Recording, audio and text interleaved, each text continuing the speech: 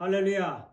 오늘은 히브리서 11장 23절부터 27절의 말씀을 가지고 고통이냐 편안이냐 선택하라 라고 하는 제목으로 말씀을 증거하겠습니다. 성경 봉독합니다.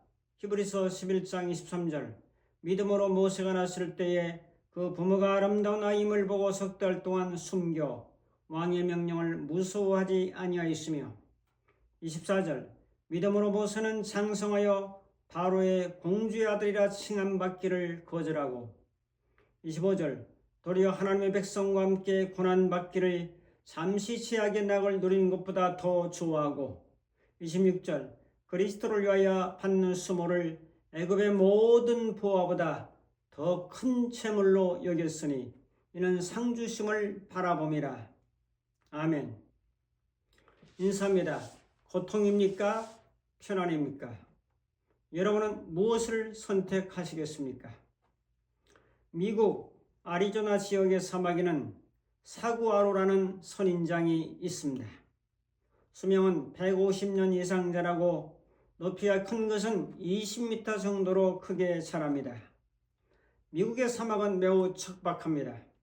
1년 내내 모래 폭풍이 불고 아프리카 사막처럼 어찌나 이제 더운지 또 우기는 거의 없습니다.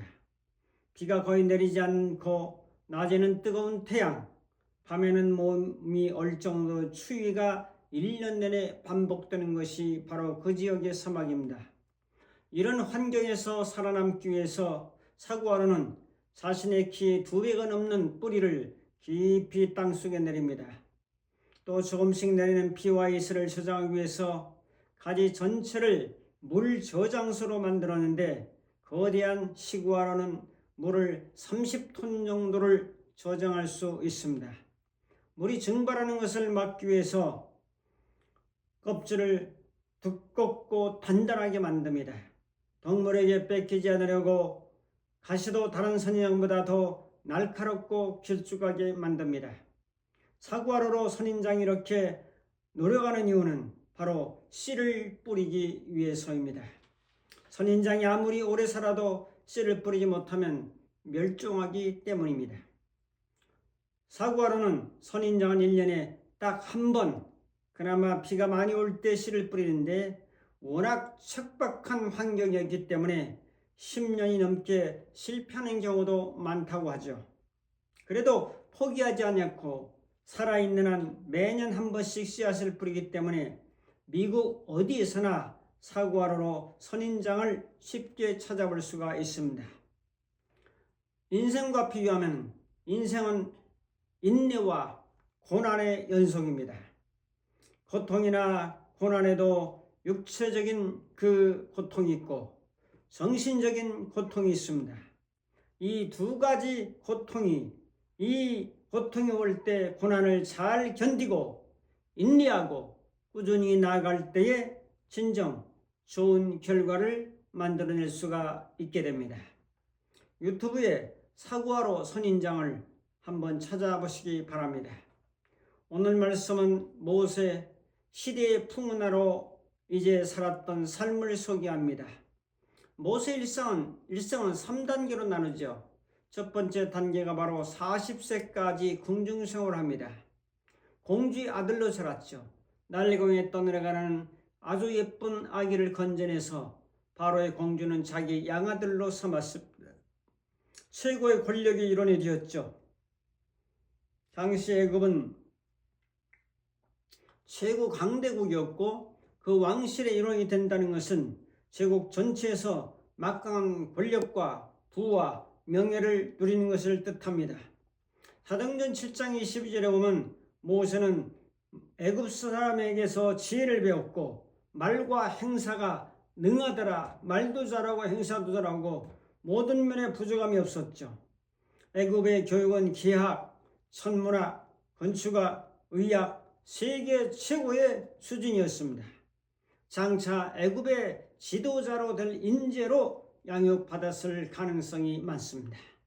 그러나 하나님은 애굽의 지도자로 자랄 수 있는 그런 교육을 받은 사람을 이스라엘의 지도자로 바꿨다고 하는 사실은 하나님의 구원의 섭리에 놀라운 은혜가 있는 것이죠.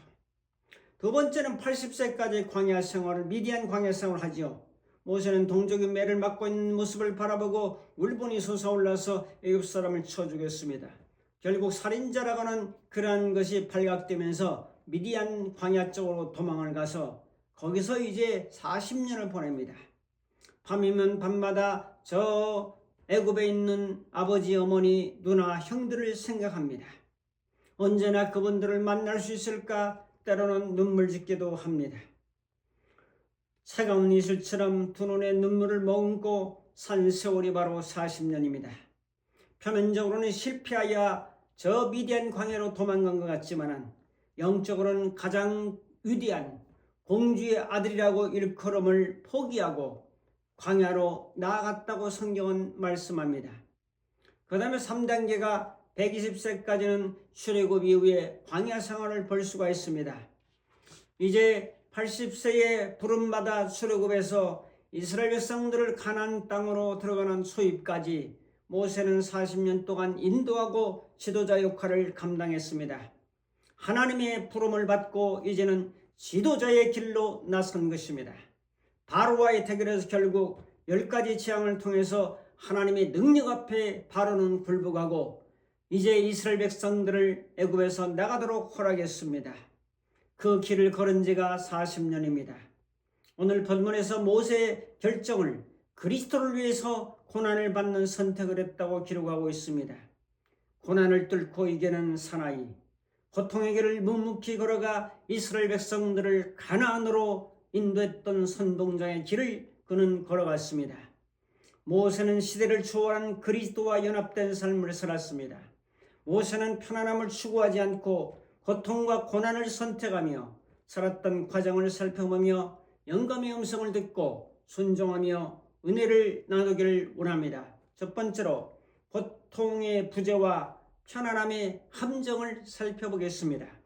우리는 너무나 쉽게 고통 없는 삶을 갈망합니다. 기복적인 신앙은 예수를 믿으면 물질의 축복과 건강과 평안이 있다고 가르치기도 합니다. 그러나 그러한 신앙은 우리를 목표의식을 상실한 채 무기력한 늪에 빠지게 만듭니다. 편안함을 추구한 사람들은 결국 자기 자신에게 갇혀 안일한 삶을 살게 합니다.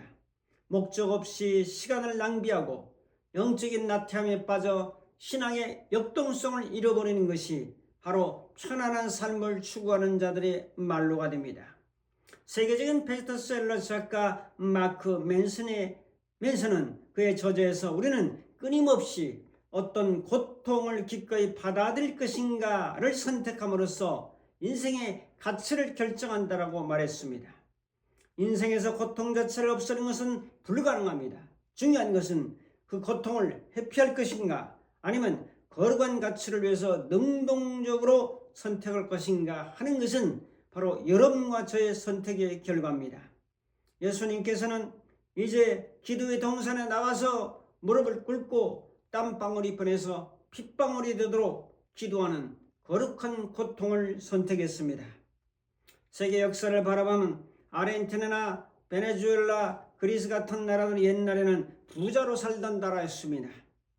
풍부한 자원을 바탕으로 국민들에게 편안한 삶을 제공하고 계속 퍼주기 그런 정책을 펼쳤습니다. 결과 국가의 경제가 금이 가고 돈이 새어나가므로 인플레 현상이 일어나고 도저히 살기 힘든 나라로 전락을 하고 말았습니다.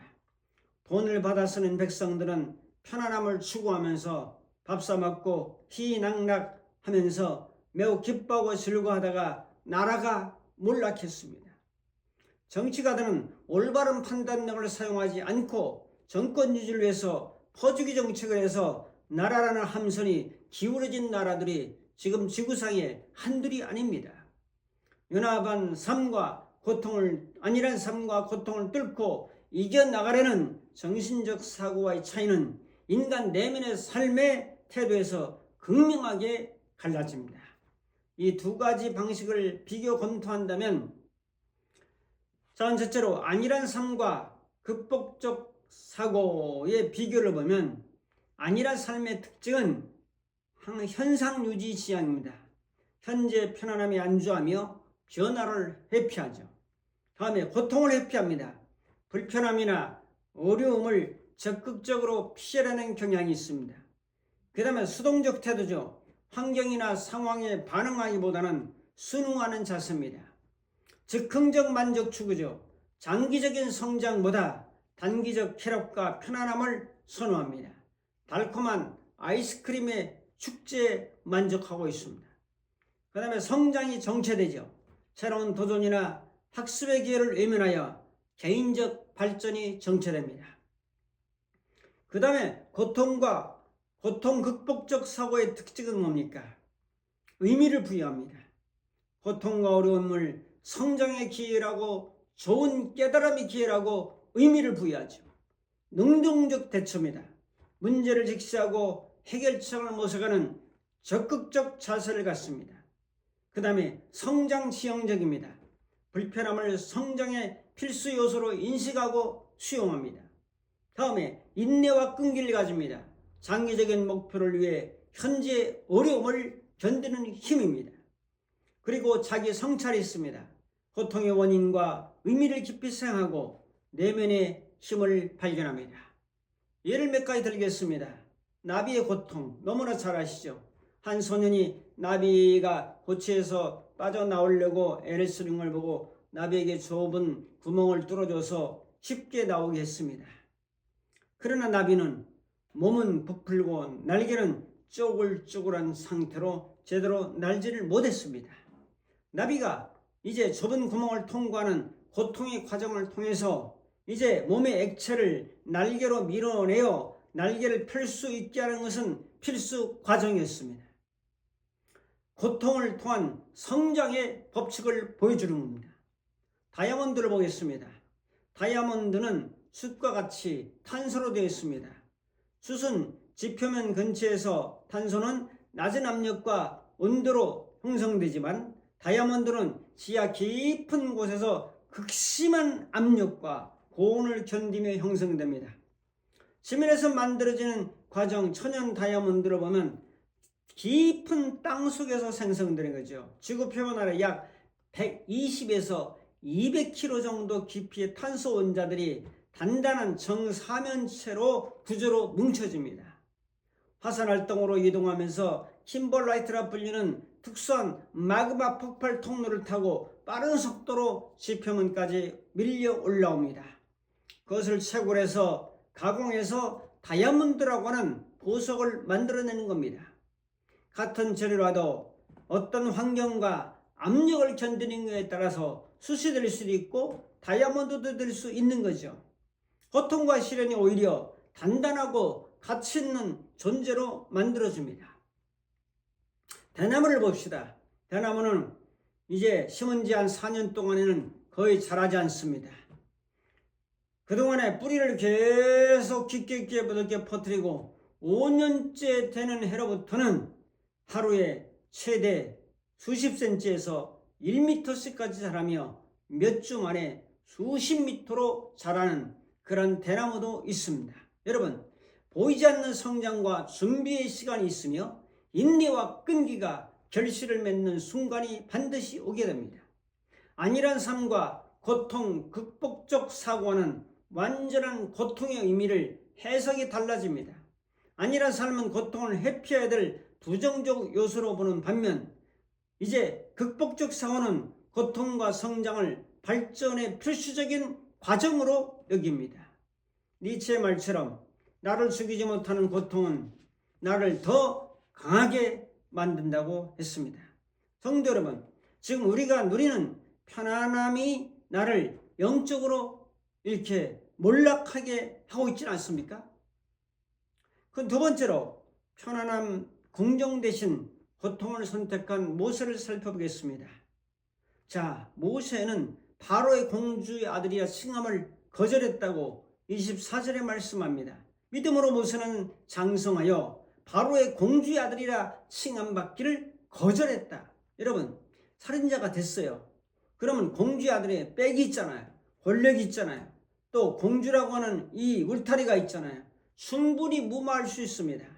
그런데 모세는 공주의 아들이라 칭함을 거절했다고. 왕자라는稱호를 거절하고 도망자가 되고 살인자의 오명을 쓰고 광야로 나갔습니다. 이것은 궁중의 화려한 삶을 포기한 겁니다. 그 다음에 25절에는 하나님의 백성과 고난받기를 제약의 낙을 누리는 것보다 더 좋아했다. 모세는 민족주의, 이스라엘을 끔찍히 사랑한 그런 사람이었습니다. 제약의 낙은 궁중에서 안주하며 버티면 되지만, 낙을 누리면 되지만, 모세는 의리의 사람이요 정의의 사람이요 애국의 사람이었기 때문에 내가 궁중을 떠나서 오히려 살인자의 누명을 쓰고 떠나서 이스라엘 백성들과 더불어 고난을 받는 것이 좋겠다라고 선택했어요. 제약의 낙이란 세상이 주는 일시적인 편안함을 추구하는 것입니다. 모세는 애굽 왕궁의 화려한 침대와 맛있는 음식, 최고의 권력이라는 편안함을 선택하는 것을 포기했습니다. 그 다음에 작은 세 번째로 그리스도를 위하여 수모를 애굽의 모든 보화보다 큰 재물로 여겼다. 26절에 보면 그리스도를 위하여 받는 수모를 애굽의 모든 보화보다 더 큰 재물로 여겼으니 이는 상주심을 바람이라. 그리스도를 위하여 받는 수모, 수치, 모욕. 자, 갑자기 그리스도가 나옵니까? 예수님 오시기 전에 1400년 전 사람이 모세는, 그래도 1400년, 1500년 뒤에 오시는 예수 그리스도를 사모하고 바라봤다는 것은 시대를 초월한 구원의 역사에 그리스도와 연합된 것을 볼 수가 있습니다. 모세는 하나님의 약속과 구원 계획을 믿었기에 그리스도와 함께 고난받기를 선택했다는 거죠.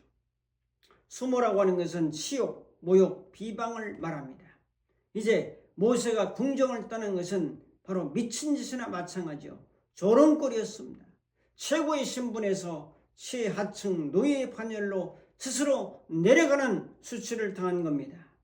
자, 이런 것들을 애굽의 모든 보화보다 더 큰 재물로 여겼다는 것은 충격적인 얘기죠. 애굽의 보화는 세 개의 부입니다. 금, 은, 보석, 향료.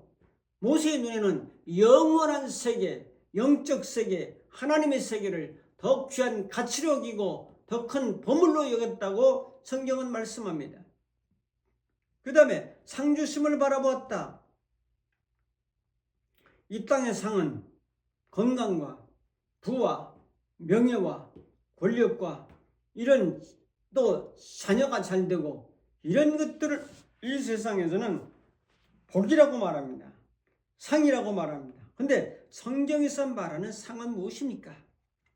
이 상은 첫째로 하나님 자신과 교통하는 즐거움이에요. 그 천국은 기쁨의 즐거움, 교통의 즐거움, 교제의 즐거움을 누리는 것이 바로 천국입니다. 창세기 15장 1절에도 너는 방패요 너의 지극히 큰 상급이니라. 나는 여호와는. 20세기 신학자 F.F. 브루스는 이 상을 하나님과 교통하는 즐거움 자체가 바로 상이라고 말했습니다. 자, 두 번째로 상은 하늘의 영원한 기업을 의미합니다. 히브리서 11장 전체에 흐르는 사상은 이 땅의 땅 문서가 아니라 하나님이 예비하신 더 나은 번영, 흔들리지 않는 하나님의 나라, 하늘의 기업, 천국을 의미합니다. 이 천국 자체가 하나님이 우리에게 주시는 상입니다. 그 다음 작은 세 번째로 그리스도와 연합하는 영광입니다. 모세는 애굽의 보화보다 그리스도를 위하여 받는 수모를 더 큰 재물로 여겼고 장차 오실 메시아와 고난에 동참함으로써 영원한 구원과 부활의 영광을 내다본 겁니다. 이것이 바로 상입니다. 부활의 영광보다 더 큰 것은 없습니다. 바로 모세는 이 땅의 부귀와 영화, 돈과 건강과 모든 쾌락과 이런 모든 것보다도 하늘의 영광, 하늘의 부활의 영광을 가장 큰 상으로 여겼다는 거죠. 그렇기 때문에 그는 고통을 선택했다는 거죠. 에스더도 이제 우리가 너무나 잘 알지 않습니까? 에스더 4장 16절에 죽으면 죽으리다. 민족의 위기가 왔을 때 그는 금식하며 아수에로 임금에게 나아가서 자기 민족의 고통과 고난과 서름과 지금 죽음의 위기에 빠진 것을 아뢰므로 민족을 구원했습니다. 목숨을 걸은 거죠. 성도 여러분, 바울도 그랬습니다. 예수님의 제자들도 다 그랬습니다. 자, 이런 상황에서 오늘 우리는 이 부활의 권능과 그 고난에 참여하는, 이 고통에 참여하는 이 정신이 여러분들의 어둠과 역경과 환난과 문제를 능히 뚫고 나갈 수 있는 믿음의 사람으로 바꿔나가게 될 것입니다. 이런 은혜가 우리 모두에게 함께하기를 주님의 이름으로 축복합니다. 넬슨 만델라는 남아프리카 공화국의 인종차별 정책에 맞서서 27년이라는 긴 감옥 생활의 고통을 선택했습니다. 그는 빛은 어둠에서 더욱 빛난다. 고통을 회피하지 않았습니다. 신학자 이제 보네포는 히틀러의 박해 속에서 미국의 편안한 망명 생활을 뒤로하고 독일로 돌아오는 고통을 선택했습니다. 그는 값싼 은혜는 회개 없는 용서, 십자가 없는 제자, 성육신 없는 예수 그리스도라고 외치며 값비싼 은혜를 위해서 교수도에서 선교를 했습니다. 그는 바로 고통의 순간에 이것이 나에게는 끝이지만 새로운 시작이다 는 유명한 말을 남겼습니다. 결단 및 적용합니다. 사랑하는 성도 여러분, 오늘 한 가지입니다. 고통을 선택할 것인가? 나는 편안함을 추구할 것인가? 그 결과는 극명하게 달라질 것입니다.